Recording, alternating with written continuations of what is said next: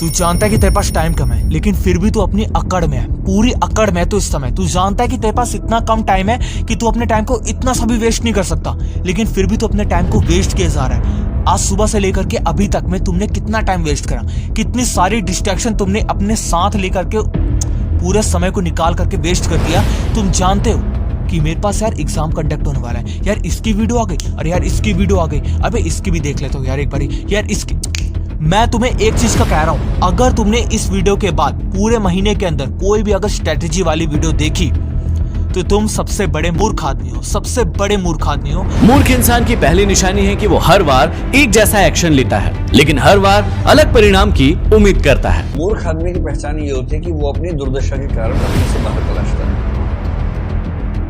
समझदार व्यक्ति अपनी दुर्दशा की वजह अपने भीतर ही तलाशता है। हम यहाँ पढ़ने आए कि मजा करने आए? तो ऐसे मत करो यार, हम भी आपके लिए बहुत मेहनत करते हैं। आप मान के चलिए 15 घंटे में रोज काम करता हूँ, आपकी क्लासे भले थोड़ी कम ले रहा हूँ, पर काम आप ही के लिए। इसका मतलब ये नहीं कि आप पढ़ोगे नहीं, ऐसे मत करिए प्लीज। क्या मैं आपको बुरी सलाह दे सकता हूँ? कॉम्प्लेसेंट मत होइए ना, पढ़िए ना यार। कितने लोग ऐसे ईमानदारी से कह सकते हैं मैं 15 घंटे रोज पढ़ूं? कितने लोग ऐसे जो 12 घंटे के ऊपर पढ़ रहे हैं ईमानदारी से क्लास में? अभी जो 12 घंटे पढ़ रहे हैं क्या 13-14 कर सकते हैं? जो 12 घंटे से कम पढ़ रहे हैं ना, सदे हुए शब्दों में सुन लो तो सुधर जाओ, नहीं तो अगर 2 महीने और ये रूटीन रखा तो सिलेक्शन तो निकल गया। लोग कहते हैं ना आज मेरा रिजल्ट आया मैं फेल हो गया, नहीं, आप फेल हुए पिछले 6 महीने में अपनी तैयारी के बाद। रिजल्ट डे पे it's not the result coming on result day, it's the journey, it's the preparation. हर दिन आपका रिजल्ट आ रहा हो, तो वही मैं कह रहा हूँ, या तो डिसिप्लिन्ड हो जाओ या तो फिर लास्ट डे पे रिग्रेट करना कि यार मेरा रिजल्ट खराब आ गया। तो सबसे पहले तुम करोगे क्या? भाई टाइम कम है यार, ये तो सबके साथ है। तुम लोग एक्चुअल में क्या करोगे? कुछ सोचा है? किस तरीके से मुझे 95% मार्क को स्कोर करना है, मैं कैसे जीतूंगा, मेरे को कैसे मार्क्स लेकर के आने हैं? कुछ सोचा है?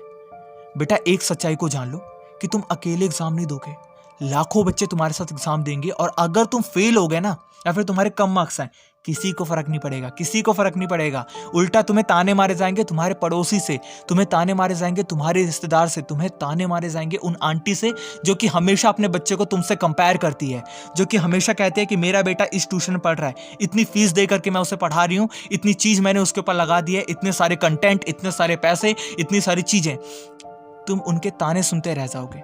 बेटा तू सरकारी स्कूल के अंदर पढ़ता है, तू कम पैसे वाले स्कूल के अंदर पढ़ता है, तूने ट्यूशन नहीं ले रखा, मत सोच, मत सोच, ये मत सोच कि मेरा बोर्ड एग्जाम सिर्फ डेट ऑफ बर्थ के लिए होता है। ये मत सोच कि यार ये तो 9th का एग्जाम है, ये तो 11th का एग्जाम है, ये तो 10th का एग्जाम है, ये तो छोटे मोटे एग्जाम है, मैं तो जेई की तैयारी कर रहा हूँ। बेटा तू एग्जाम को एग्जाम की तरह ले। हम लोग यहाँ पे देखते हैं कि आईआईटी के अंदर 10 लाख बच्चे एग्जाम देते हैं, 10,000 बच्चों का सिलेक्शन होता है, तो 9,90,000 बच्चे कहाँ गए? वो 9,90,000 बच्चे क्यों नहीं सेलेक्ट होते? वो 10,000 बच्चे में ऐसा क्या है कि सेलेक्ट हो जाते हैं? वो एग्जाम को एग्जाम की तरह लेते हैं बचपन से।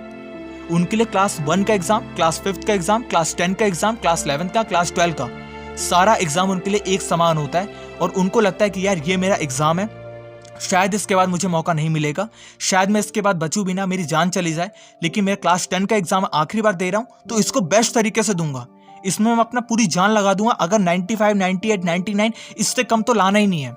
उनका ये पोटेंशियल होता है। तुम लोग का क्या? जेई है मेरा, तो मैं तो जेई वाला बंदा हूँ, मैं तो भाई कॉलर खड़ा करूंगा, जेई का बंदा हूँ, मैं तो आईआईटी का बंदा हूँ। यार मेरे को सीए करना है, मैं क्यों क्लास 12 के यहाँ पे माथा पच्ची करूँ, मैं क्यों यहाँ पे क्लास 10 में माथा पच्ची करूँ? तुम कुछ के कहीं के नहीं हो, तुम कुछ नहीं करने वाले।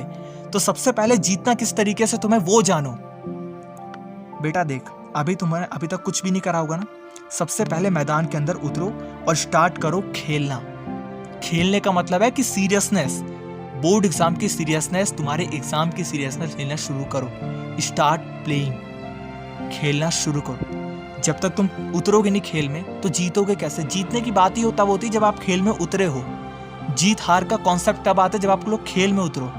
तो सबसे पहले तुम्हें खेल में उतर जाना है, पहले उतरो, स्टार्ट प्लेइंग। उसके बाद किस तरीके से स्टार्ट करोगे, हाँ ये भी तो जरूरी है यार, स्टार्ट किस तरीके से करेंगे। सबसे पहली बात ये है तुम्हारा ऐसा टाइम जहां पर लोग तुम्हें इतनी मात्रा में फालतू का कंटेंट और फालतू की चीज प्रोवाइड करेंगे। सब चीज मिलेगी तुम्हें यूट्यूब पे, लेकिन तुम्हें यहाँ पे 2 से 3, इससे ज्यादा नहीं। यूट्यूब चैनल हो गए तुम्हारे, 2 से 3 ऐसे लोग हो सकते हैं जो कि तुम्हारी मदद करेंगे सिर्फ और सिर्फ एग्जाम के टाइम पे।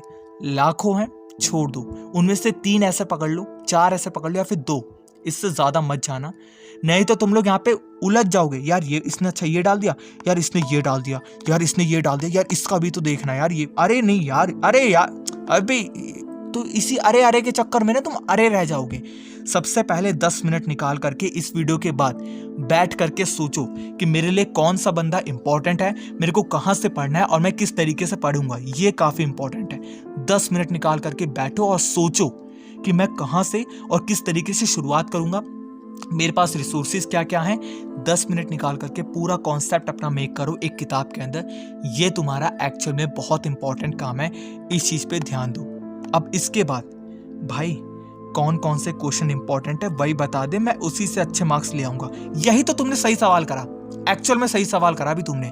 इंपॉर्टेंट क्वेश्चन नहीं यार, मैं तुम्हें वो क्वेश्चन बताने वाला हूँ जिसमें से तुम्हारा 80% आ जाएंगे। 80% कुछ भी नहीं पढ़ाना, 80% वाला एग्जाम तुम्हें बताने वाला हूँ। 80% क्वेश्चन तुम्हें बता दूंगा तुम्हारे एग्जाम के अंदर क्या आने वाले हैं। सुनो मेरी बात को ध्यान से सुनना। आपकी मेरे पड़ोस में एक साइंस के टीचर थे, सुना मेरी कहानी सुनना, ठीक है। मेरे पड़ोस में एक साइंस के टीचर थे। क्या हुआ, उनके पास ना लास्ट के 2 महीने के अंदर 2 महीने बचे थे बच्चों के पास।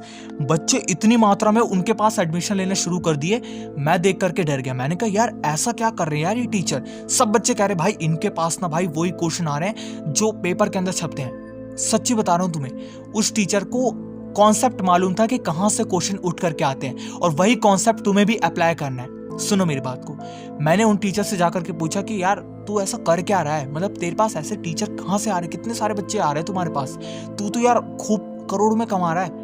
एक्चुअल में उस टीचर ने मुझे बताया कि भाई मैं सिर्फ एक काम करा हूं, पिछले 7 से 8 सालों के प्रीवियस ईयर क्वेश्चन उठा करके एकदम फोकस मार करके मैंने वो क्वेश्चन निकाल लिए जो कि रिपीटेड है, जिनको तुम्हारे एग्जामिनर डालने से नहीं रह सकते। उसके अलावा वो क्वेश्चन और अलग डालें, लेकिन ये क्वेश्चन छप करके आएंगे जो कि एज इट इज है, वो उसने निकाल लिए थे। ये काम तुम भी कर सकते हो। तुम प्रीवियस ईयर क्वेश्चन को सोचते हो कि यार हल्के होते हैं, बेटा हल्के नहीं होते। जो कॉन्सेप्ट तुम्हारा पहले से ही इंपॉर्टेंट है ना, वो हमेशा इंपॉर्टेंट रहता है। बट ये टीचर करेगा क्या, तुम्हारा सेम सिलेबस रहता है, सेम तुम्हारे चैप्टर्स रहते हैं, तो वो कहाँ से क्वेश्चन उठाएगा, उसके पास तो कोई चारा नहीं है ना, उन्हीं में से उठाता है। बच्चे बस प्रीवियस ईयर क्वेश्चन को अगर अच्छे से एनालाइज करने वाला बंदा हो ना, तो वो 80% तो लास्ट के मोमेंट में ले आएगा। बेशक उसको कुछ भी ना पता हो, पूरे सिलेबस को नहीं पता, उसको ये नहीं पता क्या क्या पढ़ना होता है, नहीं पता, लेकिन वो 80% ऐसे क्वेश्चन निकाल लेगा जो कि इंपॉर्टेंट है। तुम्हारे पास अगर किताब है तो ठीक है, अगर किताब नहीं है तो उस कंडीशन में तुम लोग कुछ मत करना। तुम्हें मैं डिस्क्रिप्शन में सब चीजें देते जा रहा हूँ। क्लास 10 का मैंने इंग्लिश और साइंस का दे दिया है, इंग्लिश और साइंस का जाकर के ले लो। इसके बाद मैं तुम्हारे हर एक सब्जेक्ट का डाल दूंगा अगर तुम्हारी तरफ से आता है। क्लास 11th का भी मैंने डाल दिया है। तो प्रीवियस ईयर क्वेश्चन अगर तुम्हें डिस्क्रिप्शन में दिख रहा है तुम्हारी क्लास का इंपॉर्टेंट, तो तुम जाकर के उसको ले सकते हो। लेकिन अगर तुम्हें नहीं दिख रहा तो तुम जाकर के यूट्यूब पे प्रीवियस ईयर क्वेश्चन कहीं से भी सर्च करो। शिवदास की अगर तुमने किताब को ले रखा है तो ठीक है, नहीं लिया तो भी ठीक है, बट प्रीवियस ईयर क्वेश्चन बेटा कर लेना, उसमें से तुम्हारे क्वेश्चन उठ करके आते, ये गारंटीड है। अब इसके बाद कितने घंटे तुम्हें पढ़ना है, ये सबसे ज्यादा इंपॉर्टेंट है। देख भाई घंटे पे ध्यान मत दे, मैं तो सीधा कहूंगा घंटे पे ध्यान देने की जरूरत ही नहीं है, और ना ही तुम्हें यहाँ पे दिन पे ध्यान देना है और ना ही रात पे, कि मैं दिन में पढ़ने वाला बच्चा हूँ या फिर मैं रात को पढ़ूंगा। कुछ मत सोचो, तुम जैसा तुम्हें सूट करता है ना वही करो। भगवान भी नहीं कहते, मैं जानता हूँ काफी लोग कहेंगे दिन में पढ़ो बेटा, दिन में या रात में पढ़ो बेटा। मैं जानता हूं अभी के टाइम पे वो नहीं है टाइम तुम्हारे पास कि तुम अपने माइंड को कहोगे यार मैं पूरी रात पढ़ता था, अब मैं दिन में पढ़ना शुरू करूंगा, मेरे को उस बाबा ने बोल दिया। नहीं बेटा, कोई बाबा पे ध्यान मत दो, तुम मत सोचो, कुछ मत करना, कुछ भी मत करना, ना दिन ना रात, जिसमें तुम पढ़ते थे उसी टाइम में तुम जाकर के पढ़ोगे। बट यार घंटे कितने पढ़ना है मुझे, घंटे पे ध्यान मत देना, कोई घंटे पे ध्यान देने की जरूरत नहीं है। तुम्हें यहाँ पे सिर्फ इतना ध्यान देना है कि मैं दिन का उतने टाइम पढ़ूंगा जितना मेरे पास टाइम बचा है। ये एग्जाम का टाइम है, ये ऐसा टाइम नहीं है कि तुम्हें मैं कहूंगा कि बेटा 8 घंटे पढ़ना। 8 घंटे नहीं कह रहा, पूरा टाइम पढ़ते रहना है। जहां तुम फ्री होते हो ना, फ्री नहीं होना। मैं पढ़ने बैठ जाऊंगा, मम्मी ने कहा दवाई लेकर के आजा, दवाई ले आया, मम्मी पापा का काम पहले, दवाई लाने के बाद मैं पढ़ने बैठ जाऊंगा। मेरे को मम्मी पापा ने कहा बेटा मेरे को थोड़ा सा ना छोड़ आओगे वहां तक, हाँ छोड़ आऊंगा। उसके बाद पापा कहेंगे बेटा थोड़ा सा सामान लेकर के आ जाइए, मम्मी मैं लेकर के आ रहा हूँ, ठीक है तुरंत मैं आकर के पढ़ लूंगा, ठीक है। इस तरीके से तुम्हें करना है। तुम्हें यहाँ पे जो भी टाइम बचाना तुम्हारे पास, कोई घंटे पे ध्यान मत देना। ये सोचो कि मैं जब भी टाइम मिलेगा मैं बैठ करके स्टडी करना स्टार्ट कर दूंगा। लेकिन माँ बाप का काम काफी इंपॉर्टेंट है, माँ बाप को मना मत करना। अगर तुम माँ बाप को मना कर रहे हो ना, नहीं मम्मी मैं काम नहीं करूंगा, मैं पढ़ाई कर रहा हूँ, अगर तुम ये करके कर रहे हो ना बेटा, तू कितना भी पढ़ ले नहीं फायदा उसका। लेकिन माँ बाप की अगर तूने थोड़ी सेवा कर दी ना, भाई देख पढ़ाई इंपॉर्टेंट है, मैं बाद में कर लूंगा, लेकिन मम्मी ने मेरे को काम बुलाया, मेरी माँ का काम मैं नहीं टाल सकता, मेरे पापा का काम नहीं टाल सकता, तुम लेजेंड बन जाओगे बेटा। तुम्हें कोई फेल नहीं कर, भगवान देख रहे हैं तुम्हें ऊपर से। तुम पक्का, तुम गारंटीड पास हो, गारंटी 95% तुम्हारे आएंगे। सच्ची बता रहा हूँ तुम्हें, सच्ची में। इसके बाद ये काफ़ी इंपॉर्टेंट है, इस समय काफ़ी बच्चों को ना डिप्रेशन आता है कि यार मेरे पास यार कैसे करूँगा मैं भाई, मैंने कुछ नहीं पढ़ा, मेरे क्लास 9th का एग्जाम है, मैं मैथ को कुछ नहीं कर। सबसे पहले डिप्रेशन को अवॉइड करो। तुम नहीं, अकेले नहीं हो, तुम लाखों बच्चों में ना, लाखों बच्चे हैं तुम्हारे साथ जो कि इस चीज़ से जूझ रहे हैं, डिप्रेशन उनको आता रहता है। डिप्रेशन से बचो। जितना तुम यहाँ पे डिप्रेशन के पीछे भागोगे, डिप्रेशन तुम्हें और डिप्रेशन में लेके जाएगा। हो सके तो गाने सुन लो, हाँ गाने सुन लो, फिल्मी गाने सुन लो, भगवान के भजन सुन लो, कुछ कर लो, लेकिन डिप्रेशन मत लाने देना अपने अंदर। अवॉइड करो डिप्रेशन को। डिस्ट्रैक्शन तो अवॉइड हो जाते, लेकिन डिप्रेशन अवॉइड नहीं हो पाता।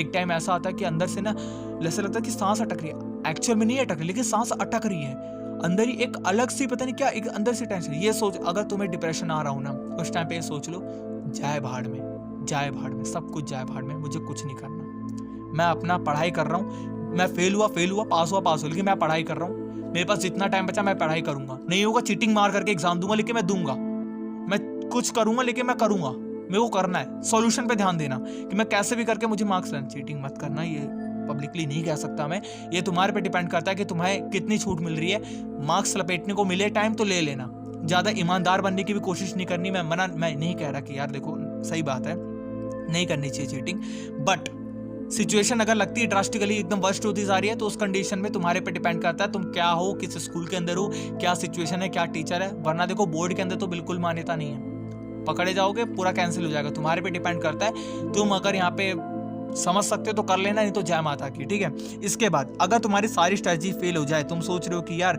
ये सारी स्ट्रेटजी अगर मेरे पास फेल हो जाए, मैं 1-2 दिन फॉलो करके इसको नहीं फॉलो कर पा रहा हूँ, तो उस कंडीशन में तुम यहाँ पे रीस्टार्ट कर देना। रीस्टार्ट का मतलब है कि तुम यहाँ पे हार नहीं मानोगे। आज मैं हार गया तो मैं फिर से स्टार्ट करूंगा, आज हारा फिर से स्टार्ट करूंगा, बट मैं कभी रुकूंगा नहीं। ये तुम्हें यहाँ पे अच्छे से ध्यान देना है। तो यहाँ पे तुम्हारी सारी स्ट्रैटेजी जो है वो कंप्लीट होती है। तो इन सारी स्ट्रैटेजी को अगर तुम फॉलो करोगे, तो इसके अलावा तुम्हें अब की बारी कोई स्ट्रैटेजी देखने की जरूरत नहीं है, कहीं पर भी कोई स्ट्रैटेजी